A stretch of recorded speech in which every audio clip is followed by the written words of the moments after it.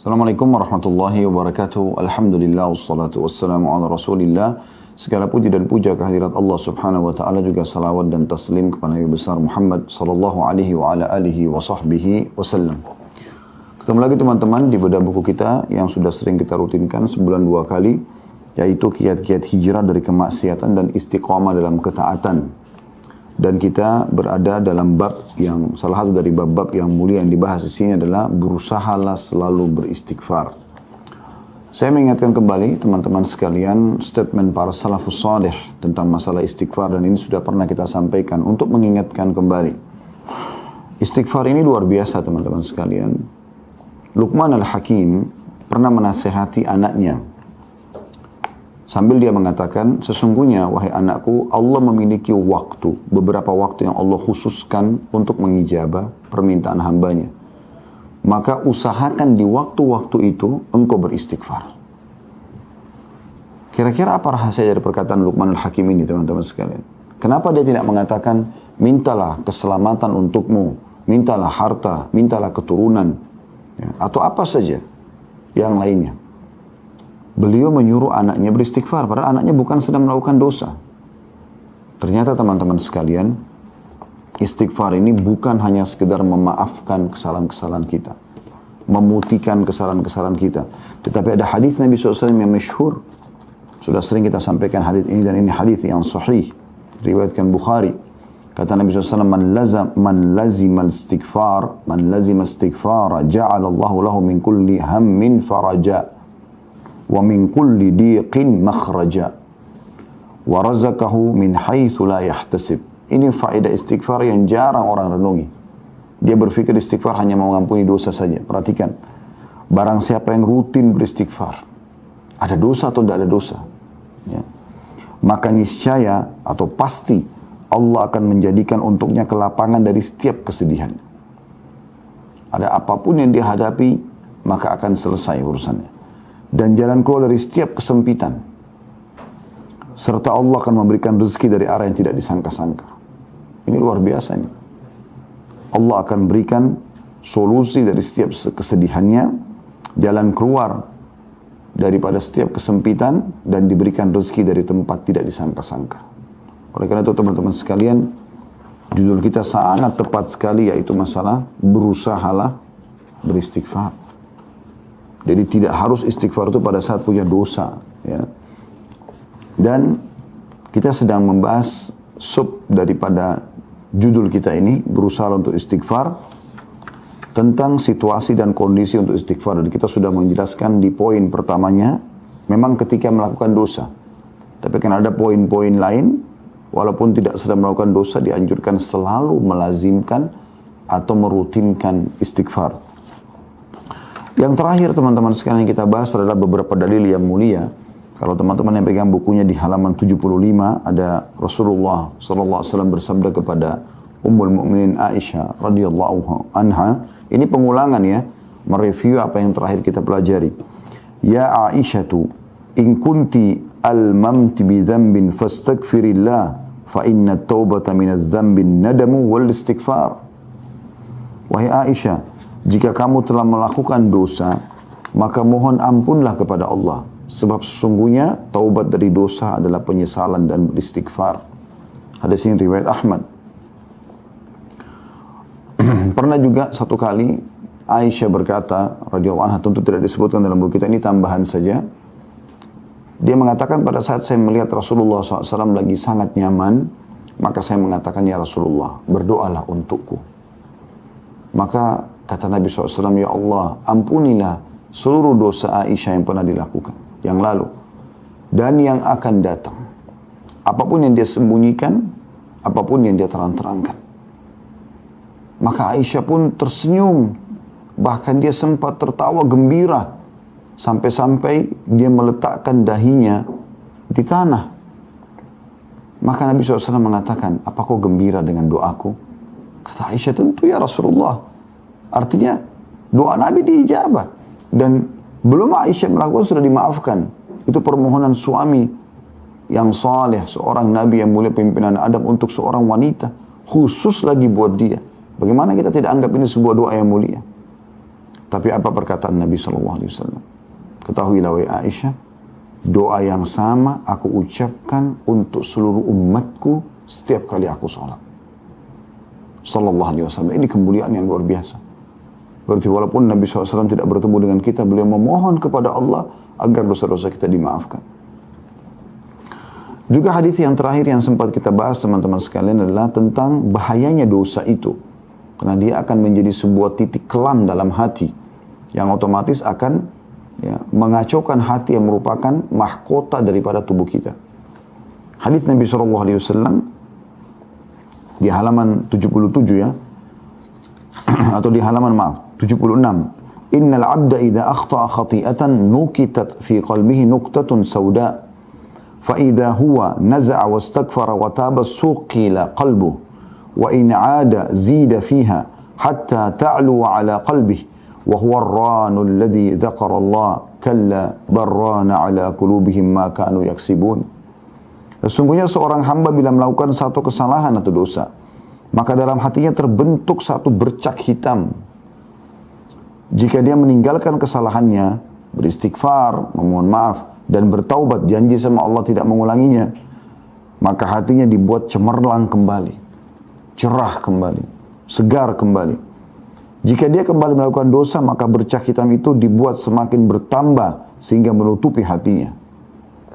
Dan itulah makna tafsir kata arran dalam firman Allah Subhanahu wa taala, kalla barrana ala qulubihim ma kanu yaksibun. Sekali-kali tidak, bahkan apa yang mereka kerjakan itu telah menutupi hati mereka. Maksudnya dosanya. Ya. Dan ini sudah kita jelaskan panjang lebar pada pertemuan yang lalu. Kita lanjutkan dengan poin yang kedua. Waktu-waktu yang dianjurkan beristighfar setelah poin pertama, yaitu melakukan dosa, langsung istighfar. Yang kedua adalah setelah melaksanakan ketaatan. Rasulullah SAW bila selesai mengerjakan sholat, beliau beristighfar 3 kali dan mengucapkan Allahumma antas salam wa minkas salam tabarakta ya dzal jalali wal ikram. Beliau mengatakan astagfirullah, astagfirullah, astagfirullah pertama sekali begitu salam, agar kalau ada kesalahan dalam sholat dimaafkan oleh Allah. Lalu beliau mengatakan, ya Allah, engkaulah zat yang maha memberi keselamatan dan darimulah segala keselamatan. Maha suci engkau, wahai zat yang maha agung lagi maha mulia. Ini diriwayatkan Bukhari dan Muslim dan juga Imam Ahmad. Seusai menunaikan haji, Allah Subhanahu wa taala juga memerintahkan pada ibadah haji ibadah yang mulia, tapi tetap diikuti dengan istighfar orang itu melakukan dosa atau tidak. Dalam firman-Nya dalam surah Al-Baqarah ayat 199 Allah berfirman, A'udzu billahi minasyaitonir rajim. Tsumma afidhu min haitsu afadha an-nasu wastaghfirullah innallaha ghafurur rahim. Kemudian bertolaklah kalian dari tempat yang banyak orang bertolak, maksudnya dari Arafah di tanggal 9 Zulhijjah menuju ke Muzdalifah, dan mohonlah ampunan kepada Allah, sesungguhnya Allah Maha Pengampun lagi Maha Penyayang. Jadi puncak ibadah haji hari Arafah itu, tanggal 9 Zulhijjah. Dan justru pada saat itu Allah Subhanahu wa taala menyuruh istighfar. Saya juga pernah ingatkan ya, bagaimana Nabi Adam alaihissalam, bagaimana Nabi Yunus alaihissalam pada saat mereka melakukan pelanggaran yang sudah Allah gambarkan. Nabi Adam memakan dari pohon buah yang dilarang, kemudian Nabi Yunus meninggalkan kaumnya sebelum diizinkan, walaupun niatnya baik ingin mencari lokasi dakwah baru, tapi belum ada perintah dari Allah. Maka mereka bukan minta kepada Allah, bukan Nabi Adam minta agar dikembalikan ke surga, dikembalikan fasilitasnya, bukan juga Nabi Yunus minta dikembalikan kepada kaumnya. Keduanya langsung mengucapkan permohonan maaf kepada Allah. Nabi Adam AS mengatakan, Rabbana zalamna anfusana, ya Allah, kami telah menzalimi diri kami dengan pelanggaran ini. Wa in lam taghfir lana wa tarhamna lanakunanna minal khasirin. Kalau kau tidak maafkan kami, memaafkan kami, ya. Wa in lam taghfir wa tarhamna, dan kau kasihani kami, lanakunanna minal khasirin, kami pasti akan termasuk menjadi orang-orang yang rugi. Kemudian Nabi Yunus AS mengatakan apa? La ilaha illa anta subhanaka inni kuntu minadh dhalimin. Tidak ada Tuhan yang berhak disembah, tidak ada tempat saya bergantung, ya Allah, sesungguhnya aku termasuk orang-orang yang zalim. Tapi aku mengakui kesalahanku. Seusai wudu disyariatkan juga membaca subhanakallahumma wa bihamdika asyhadu an la ilaha illa anta astaghfiruka wa atubu ilaik. Maha suci engkau ya Allah dan segala puji bagimu. Aku bersaksi tiada Tuhan yang berhak disembah kecuali engkau. Aku beristighfar dan bertaubat kepadamu. Ini mirip dengan doa kafaratul majlis ya. Pada saat dari majlis juga begitu. Intinya disuruh memohon ampun. Begitu juga seusai melaksanakan qiyamul lail, solat yang mulia. Dianjurkan Allah menyifati hamba-hambanya yang suka solat malam ini. Semoga Allah jadikan kita mereka. Dengan firman-Nya dalam surah Al-Imran ayat 17. A'udzu billahi minasyaitonir rajim wal mustaghfirina bil ashar. Dan orang-orang yang setelah mereka sholat malam mereka suka memohon ampun pada waktu sahur atau sebelum fajar. Saya ingatkan kembali, istighfar bukan hanya diucapkan kalau dosa sedang terjadi. Ini penting. Saya sudah bacakan tadi hadis yang sahih. Man lazimal istighfar ja'alallahu lahu min kulli hammin faraja. Siapa yang selalu rutin melakukan istighfar, Allah akan berikan, ya, kalau kita bahasakan, kegembiraan setelah kesedihan. Wa min kulli dhiqin makhraja, dan dari setiap kesempitan jalan keluar. Wa razaqahu Allah min haitsu lam yahtasib, dan Allah akan berikan dia rezeki dari tempat dia tidak sangka-sangka. Jadi istighfar mendatangkan rezeki, istighfar memberikan kegembiraan pada saat kita sedang sedih, istighfar akan memberikan solusi dari permasalahan yang sedang kita hadapi. Ada seorang diceritakan di Pakistan, ya, ini kisah dinukil oleh Syekh Hasan bin Ahmad bin Hasan, ya. Kebetulan beliau tulis buku tentang keajaiban sedekah dan istighfar. Di kisah beliau terakhir di buku itu saya sempat baca. Dia cerita tentang ada seorang di Pakistan terjadi gempa dan dia menceritakan kisahnya. Pada saat dia sedang selesai sholat, kemudian dia ingin rebahan di malam hari, tiba-tiba terjadi gempa. Dan itu hitungan menit saja. Bahkan tiba-tiba dinding-dinding rumah retak, atap-atap mulai rubuh. Dan orang ini mengatakan, saya tidak tahu harus berbuat apa lagi. Tapi akhirnya lisannya diilhamkan oleh Allah untuk mengatakan istighfar. Astagfirullah, astagfirullah. Sudah pasrah saja. Karena nggak mungkin lari. Lagi berubuh, lagi runtuh bangunan tersebut. Maka setelah selesai gempa itu dalam hitungan menit, subhanallah, rumah semua runtuh, kecuali atap yang dia ada di bawahnya. Hanya itu yang bertahan dengan sedikit tembok yang menahannya. Kemudian dia bilang dia bisa keluar dari permasalahan itu. Beliau juga mengangkat kisah ada seseorang yang sudah lama menikah, tidak punya keturunan. Lalu dia komitmen dengan istrinya, sekarang kita perbanyak istighfar. Bukan istighfar saja, perbanyak istighfar dengan kehadiran hati, lalu mohon kepada Allah Subhanahu wa ta'ala. Setelah mereka komitmen, dan keajaiban terjadi setelah 10 tahun atau sekian tahun menikah tidak punya anak, hamil, punya anak. Lalu begitu selesai masa nifas, suaminya mengatakan, saya mengingatkan, kebetulan dia berikan nama anak pertama Yusuf, maka dia berjulukan Abu Yusuf sekarang karena sudah punya anak. Istrinya Ummu Yusuf, dia mengatakan, saya ingatkan Ummu Yusuf, kita sudah lama nggak punya anak. Bagaimana kalau kita praktekkan lagi istighfar ini dengan kehadiran hati, dengan serius, perbanyak, supaya kita diberikan anak yang kedua. Dan betul setelah masa nifas itu hanya beberapa hari, terhitung sudah hamil lagi. Terus saja begitu sampai mereka punya beberapa orang anak. Sampai waktu sudah punya anak sekian banyak, sempat Ummu Yusuf mengatakan, kita berhentikan dulu amalan ini. Bukan berhentikan istighfarnya, maksudnya istighfar khusus untuk minta keturunan. Biarkan anak-anak kita besar dulu. Setelah mereka besar sedikit, kemudian dia pun ya, memohon lagi kepada Allah dan hamil lagi istri. Selama itu bukan bentrok dengan sunnatullah, peraturan yang Allah buat teman-teman sekalian, seperti misalnya Anda istighfar minta supaya malam hilang, itu nggak mungkin terjadi karena itu sunnatullah, peraturan Allah yang tidak mungkin berubah. Atau Anda memohon istighfar kepada Allah agar jenis kelamin laki-laki, kalau Anda perempuan hilang, nggak mungkin, sudah sunnatullah. Nggak mungkin. Atau hilang, tidak ada kematian, nggak mungkin. Gitu kan? Selama bukan bentrok sama sunnatullah, maka tidak ada yang mustahil bagi sang pencipta Allah. Berita gembira bagi Anda yang belum punya keturunan, yang belum punya pasangan, yang terlilit utang, yang selalu merasa kesedihan, ya. yang masih kena sihir dan belum sembuh, yang semuanya istighfar, istighfar. Tapi istighfar yang benar-benar tutup mata Anda, renungi, ya. Tulus ikhlaskan niat astaghfirullahaladzim alladzi la ilaha illa huwal hayyul qayyum wa atubu ilaih. Saya pribadi teman-teman pernah duduk di Madinah pada saat kami mau ujian.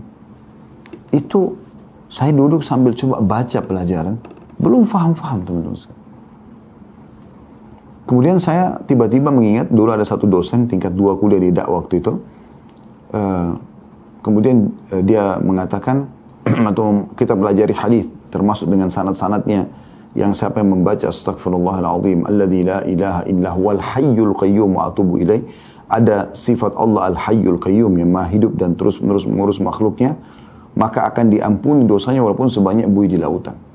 Subhanallah, saya berapa kali baca gak faham-faham dan tidak konsentrasi, pecah konsentrasi. Sebentar berdiri ngambil air zam-zam, sebentar kembali lagi, sebentar tersibukkan dengan mengkonsumsi ada cemilan yang saya bawa. Sebentar saya sempat menghayal sejenak, ini kok nggak fokus ya. Maka saya coba baca istighfar ini teman-teman. Sekali saya baca dengan saya niat renungi, belum terasa apa-apa. Tapi begitu saya ulangin 5, 6, 7 kali, tapi terus dengan tenang, dengan konsentrasi, beda sekali subhanallah. Saya merasa seperti ada semangat baru yang membuat akhirnya saya lebih semangat dan muncul tiba-tiba. Setelah itu saya baca, alhamdulillah saya faham pelajaran tersebut dan nilainya masya Allah tabarakallah, besoknya luar biasa, memuaskan itu. Jadi ini luar biasa teman-teman sekalian. Jadi memang istighfar itu bukan hanya sekedar memaafkan, bukan hanya sekedar pengakuan penyesalan, permohonan maaf kepada Allah pada saat kita berdosa, tapi memang untuk memberikan solusi dari setiap permasalahan kita. Bahkan Nabi SAW mengatakan tadi, memberikan rezeki dari tempat tidak disangka-sangka. Ya. Kemudian beliau mengatakan juga Allah memerintahkan kepada nabinya sallallahu alaihi wasallam, Nabi Muhammad SAW, di akhir dakwah beliau dalam menyebarkan agama Allah dan kesungguhan beliau di jalannya untuk beristighfar. Nabi Muhammad SAW sudah berdakwah, sudah dengan pengorbanan luar biasa, Allah tetap suruh ikutkan dengan istighfar. Jadi istighfar sekali lagi, saya ulangi, bukan hanya sekedar kalau kita berbuat dosa, tapi rutinkan, berusaha agar selalu istighfar setiap saat. Karena manfaatnya besar sekali. Perhatikan Allah jelaskan dalam Al-Quran, dalam surah An-Nashr, ya, surah An-Nasr, An-Nasr ya, kemenangan.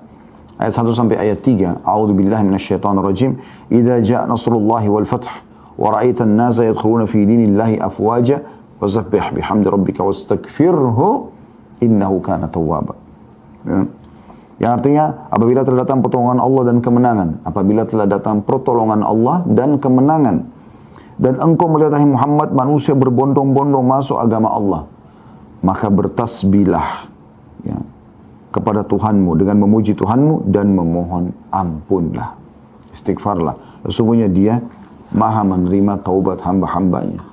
Ibnu Qayyim rahimahullah berkata, orang-orang yang mempunyai tekad dan basirah ya, lebih sering beristighfar, maksudnya petunjuk dari Allah ini, lebih sering beristighfar setelah melaksanakan amalan-amalan ketaatan, karena mereka melihat kekurangan diri mereka dalam menjalankan ketaatan-ketaatan itu, dan tidak mengerjakan amalan-amalan tersebut karena Allah sebagaimana yang layak bagi kemuliaan dan keagungannya.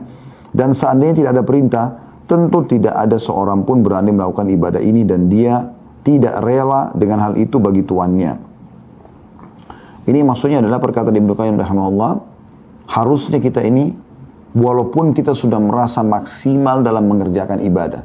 Contoh misalnya kita sholat wajib, kita sudah berusaha untuk khusyuk, menjaga gerakan, menjaga bacaan, tapi setelah salam yang pertama diucapkan istighfar. Tadi sudah kita sebutkan itu. Jadi itu ajaran Nabi SAW. Berarti memang ada sesuatu dengan istighfar ini. Tadi sudah kita sebutkan, setelah haji, setelah sholat malam, ya, semua disuruh istighfar. Bahkan Nabi SAW, tadi dalam surah An-Nashr yang kita baca, surah An-Nasr, maaf, ya, kadang-kadang lisan kita ya, salah dalam mengucapkan, bukan disengaja ya. Kalau Nashr itu menyebarkan, An-Nasr itu kemenangan, kayak ini An-Nasr, pakai shad.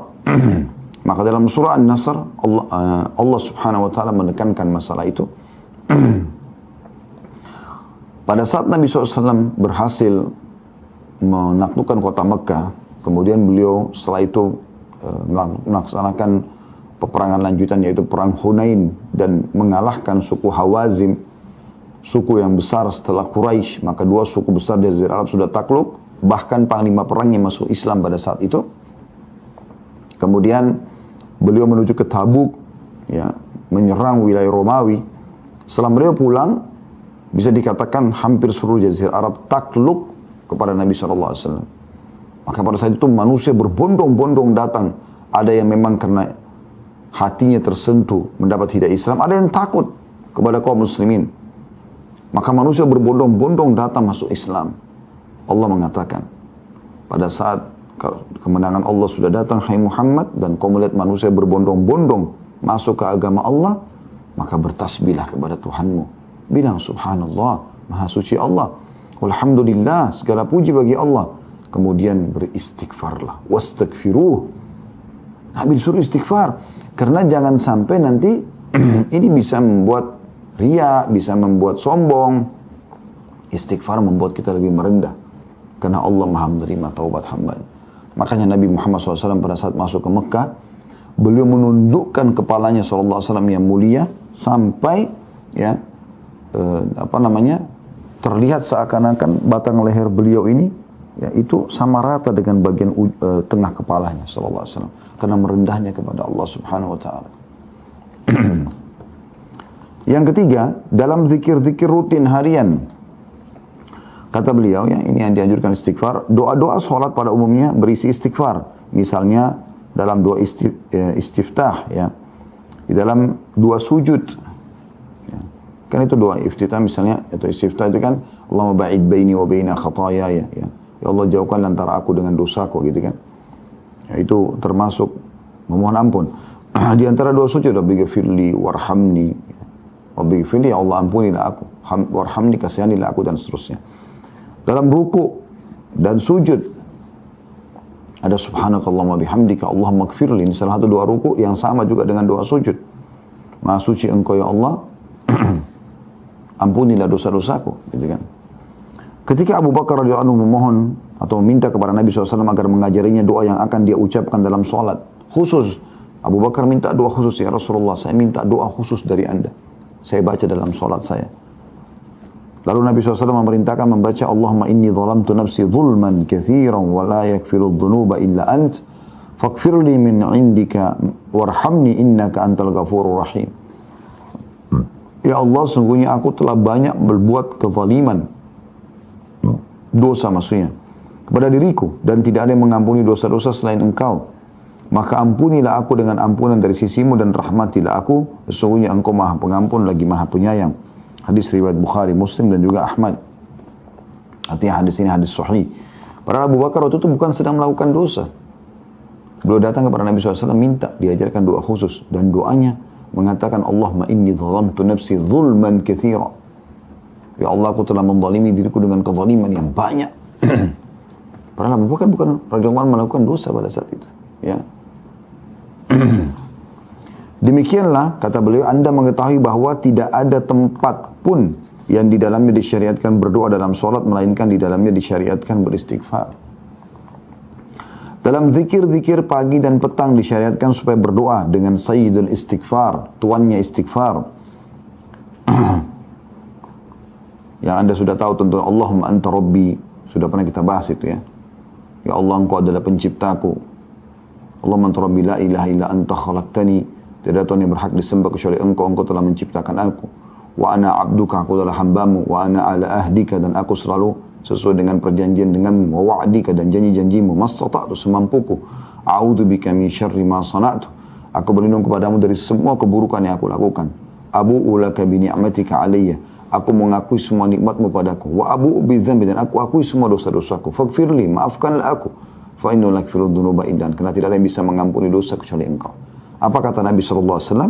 Anda kalau pegang bukunya di situ, hadis riwayat Bukhari dan juga Ahmad, man qalaha minan nahari muqinan biha famata min yaumi qabla an yumsiha fahuwa min ahli jannah.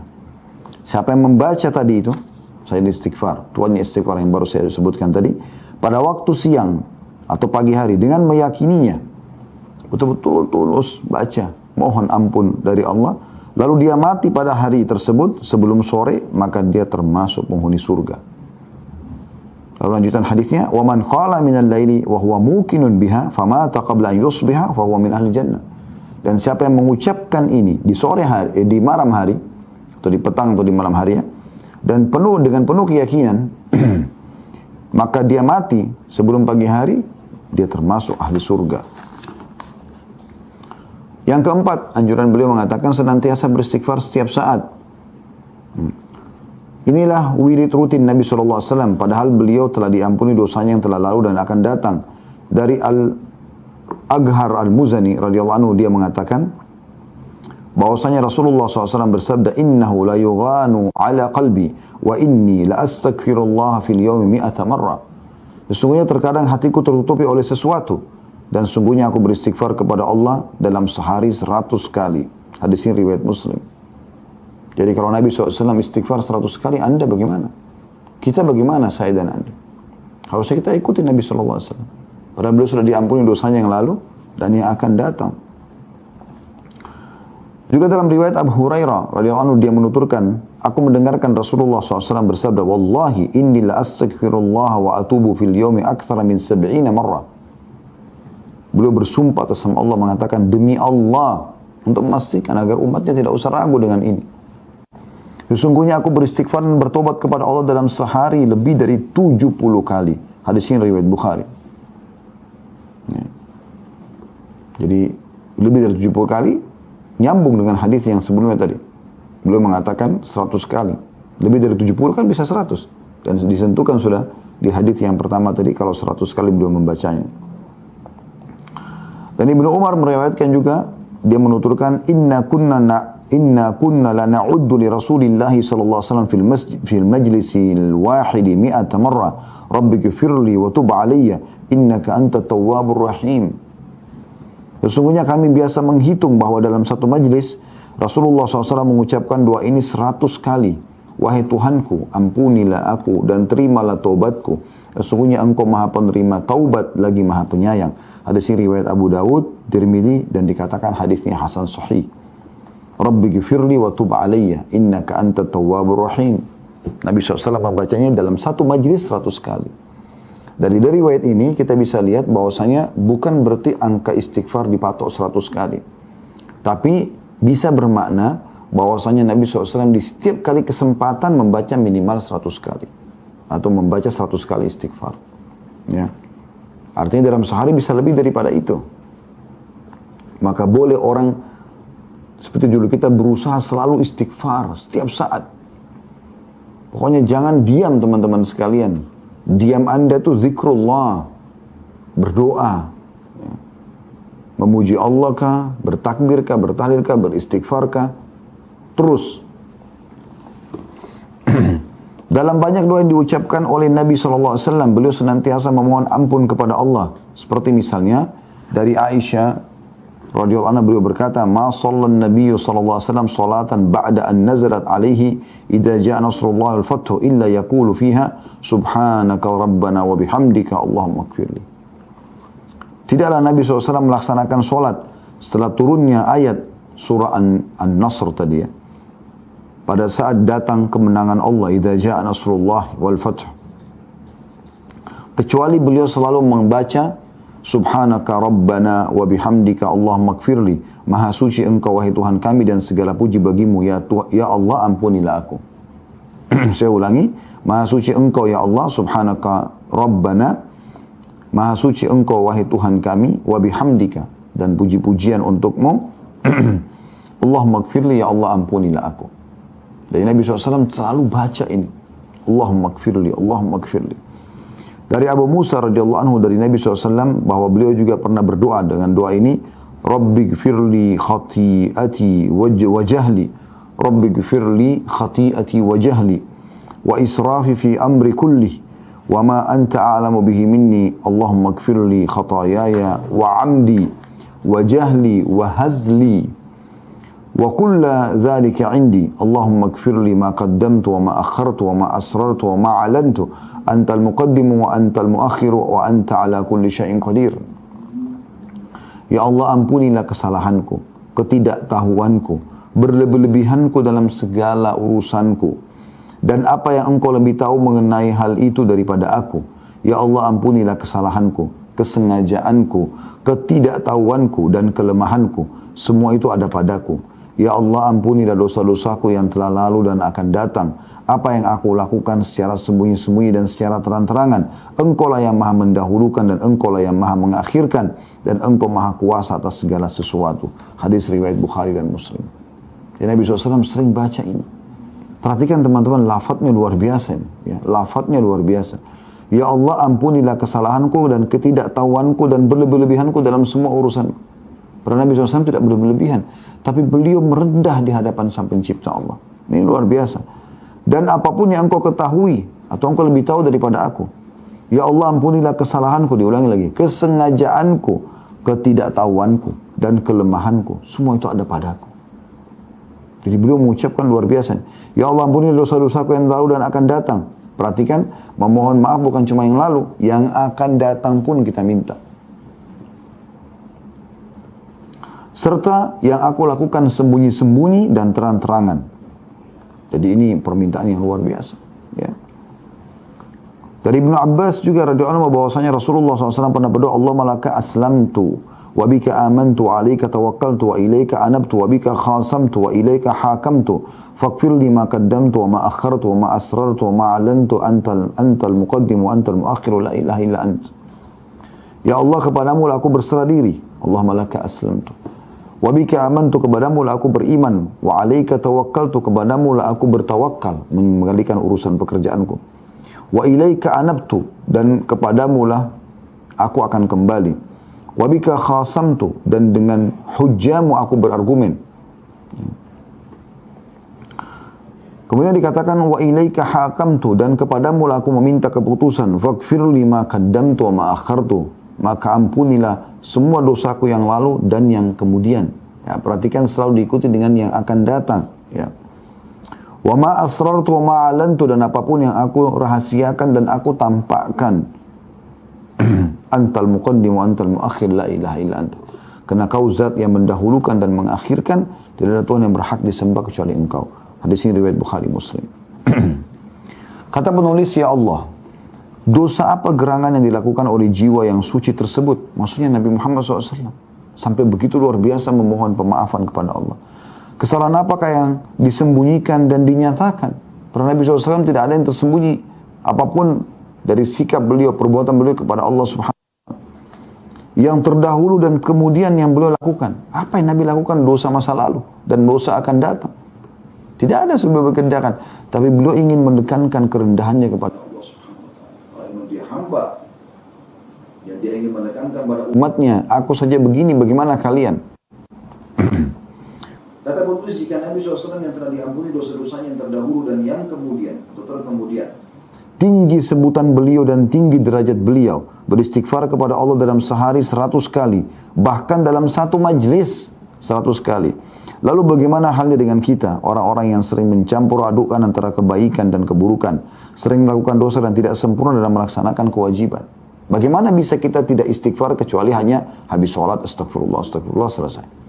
Bagaimana kita lalaikan istighfar 100 kali minimal dalam sehari? Nabi SAW kadang-kadang 100 kali dalam satu majlis. Rabbi ghifirli wa tub alayya. Selalu beliau ulang-ulangi. Ya. Jadi surah An-Nasr pada saat turun, Subhanaka Rabbina, ya, Subhanaka Allahumma wa bihamdika, ya, Allahumma ghfirli. Saudaraku yang mulia, kata beliau, karena sedemikian rupa kedudukan istighfar, maka jangan sampai ia berpisah dari kita di majlis atau kediaman. Hendaklah lisan kita senantiasa melantunkan istighfar dan taubat setiap saat dan setiap waktu. Serta hendaklah kita berusaha menjaga doa-doa rutin dan mengingat dosa-dosa kita dan kekurangan kita dalam menjalankan kewajiban kepada Allah dalam keadaan berdoa kepadanya.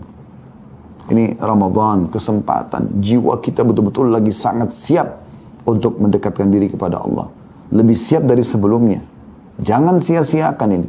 Sehingga nanti akan Anda sudah seperti orang yang punya bekal yang sangat bagus, punya yang sangat kuat setelah Idul Fitri nanti. Untuk Anda terapkan dalam kehidupan sehari-hari. Ini masa training.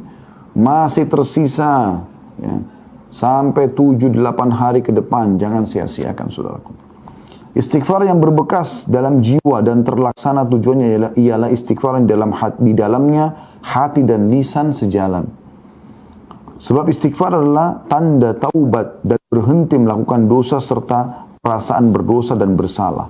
Maka sepatutnya kita, wahai saudaraku yang mulia, ya, agar hati kita mengucapkan istighfar dan penyesalan sebelum lisan kita. Jadi jangan cuma astagfirullah tapi munafik, hatinya enggak begitu.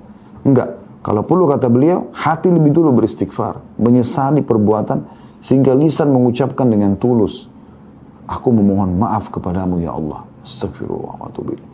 Nikmatnya orang yang istighfar dan taubat itu luar biasa teman-teman. Tidak bisa dibeli dengan seluruh harta dunia.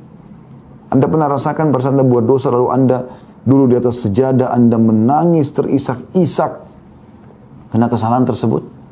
Saya yakin orang beriman akan pernah melalui itu. Bagaimana nikmatnya tangisan itu teman-teman. Demi Allah nggak bisa dibayar dengan seluruh harta dunia. Mahal, nikmat, tentram. Rasanya kita pada saat itu pun kalau mati siap bertemu dengan Sang Pencipta Allah. Kenapa kita nggak lakukan ini setiap saat? Semoga Allah mudahkan kita bisa melakukan istighfar selalu setiap saat dan taubat kepadanya.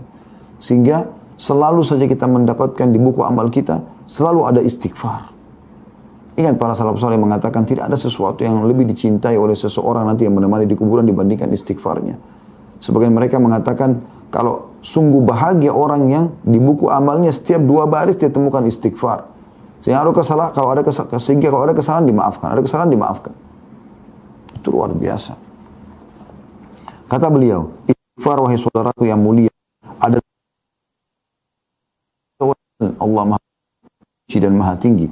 Disebutkan dari Ali radhiyallahu anhu bahwasanya Rasulullah SAW bersabda, Inna rabbaka ya'jabu min abdihi idha qala rabbi gfirli dhunubi wa huwa ya'lamu annahu la yakfiru dhunuba ghairi.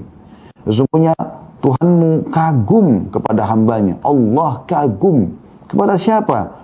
Apabila seseorang mengucapkan, wahai Tuhanku, ampunilah dosa-dosaku. Sedangkan dia mengetahui bahwa tidak ada yang dapat mengampuni dosa melainkan aku, kata Allah. Hadis riwayat Abu Daud, Tirmidzi, dan dikatakan hadisnya hasan sahih. Allah kagum kepada kita. Siapa kita ini mau dikagumi oleh Allah? Kalau kita dikagumi oleh seseorang saja sosok mungkin yang juga punya nama, kita sudah sangat bangga luar biasa. Kalau nama Anda disebutkan di medsos oleh seseorang, Anda pasti bangga. Apalagi orang itu kalau terkenal. Bagaimana dengan Sang Pencipta Allah kagum? Dengan lisan dan hati kita beristighfar. Merendah kepada Sang Pencipta Allah. Dan ingat, selalu saya ulangi lagi teman-teman. Ya, istighfar bukan hanya pada saat dosa terjadi. Iya, Anda butuh istighfar pada saat itu. Tapi tema kita ini, berusaha selalu istighfar setiap saat. Ya, itu bukan hanya karena itu. Ingat hadis tadi yang sudah saya sampaikan. Man lazima istighfar, ja'alallahu lahu min kulli hammin faraja. Siapa yang melazimi istighfar, merutinkannya selalu lisannya dan hatinya astagfirullah, atubu ilaih, sambil jalan, sambil lip, sambil belanja, sambil menyelesaikan pekerjaannya, tidak mengganggu apa-apa. Cuma lisan sama hati. Allah akan berikan kesenangan ya, dari kesedihannya, diganti kesedihan dari kesenangan. Wa min kulli dikin makhraja, dan dari setiap kesempitan jalan keluar. Wa warzaqallahu min haitsu la yahtasib, dan Allah akan berikan rezeki dari tempat tidak disangka-sangka. Ini luar biasa. Kemudian beliau tutup dengan hadis yang lain adalah diriwayatkan oleh Hakim dari hadis Ali radhiyallahu anhu, innallaha ta'ala la ya'jabu minal 'abdi idza qala la ilaha illa anta inni qad zalamtu nafsi faghfir li dhunubi innahu la yaghfiru dhunuba illa ant. Qala 'abdi 'arafa anna lahu rabban yaghfiru wa yu'aqib. Sesungguhnya Allah benar-benar kagum kepada seorang hamba apabila dia mengucapkan tidak ada Tuhan yang berhak disembah kecuali Engkau. Coba pelan-pelan ucapkan ini. Tidak ada Tuhan yang berhak disembah kecuali Engkau. Sesungguhnya aku telah menzalimi diriku. Aku telah melakukan dosa dan ini kezaliman terhadap diriku. Maka ampunilah dosa-dosaku. Bersihkan semua itu ya Allah. Sesungguhnya tidak ada yang dapat mengampuni dosa-dosa kecuali Engkau. Maka Allah berfirman, hambaku mengakui bahwa dia mempunyai Tuhan yang akan dapat mengampuni dan menghukumnya. Hadis riwayat Al-Hakim. Dalam riwayat lain yang sudah kita bacakan ya, hadisnya, Anda masih ingat, sebagai penutup adalah ada sempat di halaman 77 ya, dari Abu Hurairah radhiyallahu anhu. Saya ingin teman-teman kita tutup dengan hadis ini. Diriwayatkan dari dalam Sahihain riwayat Bukhari Muslim bahwasanya Nabi SAW bersabda, inna abdan asaba dzamban faqala rabbi adnabtu faghfirli faqala rabbuhu alima abdi anna lahu rabban yakfiru dzamba wa ya'khudhu bihi ghafartu li abdi. Sesungguhnya seorang hamba melakukan dosa, maka dia berkata, wahai Tuhanku, aku telah melakukan satu dosa, ampunilah aku. Maka Tuhannya berfirman, Allah langsung merespon pada saat itu, hambaku tahu bahwa dia mempunyai Tuhan yang mengampuni dosa dan menghukum karenanya. Aku telah mengampuni hambaku ini. Karena dia tulus, dia ikhlas mau kembali kepada Allah. Thumma makatha ma sya'allahu thumma asaba dzamban. Kemudian orang itu pun tinggal selama yang Allah kehendaki, maksudnya melalui umurnya. Kemudian dia beberapa waktu setelah itu melakukan dosa lagi.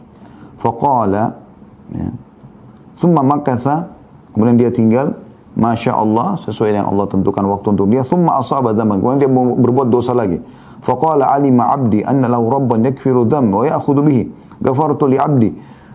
Kemudian dia ulangi lagi kalimatnya tadi, dia memohon ampun kepada Tuhan, lalu Allah mengatakan, hambaku mengetahui bahwasanya dia punya Tuhan yang mengampuni dosa dan memaafkan, maka aku telah ampuni hambaku ini. Kemudian dia terjerumus lagi dalam dosa.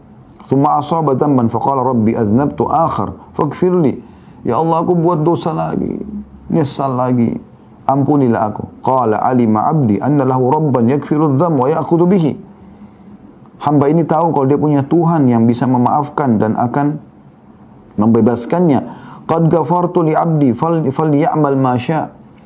Maka aku telah ampuni hambaku, maka dia boleh berbuat sekarang. Maksudnya silakan dia sekarang lakukan ketaatan, ya, karena memang aku sudah maafkan kesalahannya itu.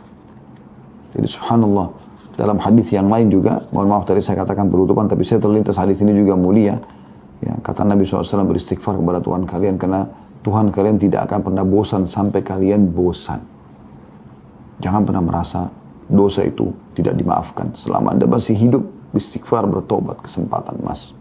Allahu a'lam.